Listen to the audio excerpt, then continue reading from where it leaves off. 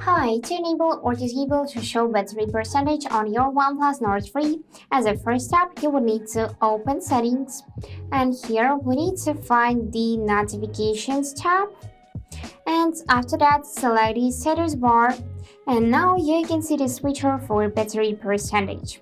So now it is enabled, so you can see that I currently have 50%, and if we'll disable it, you won't be able to see your battery percentage, just this battery icon. So tap it again and you will see a battery percentage. Also, you can go in the battery style and change it for the horizontal one.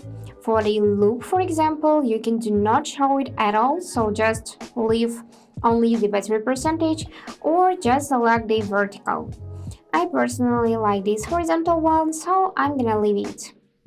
And here in the notifications icon, you can select to do not show or show number or show icons, and it will represent it in the left upper corner, just like that. So that's it for today. Hope this video was helpful and thank you for watching.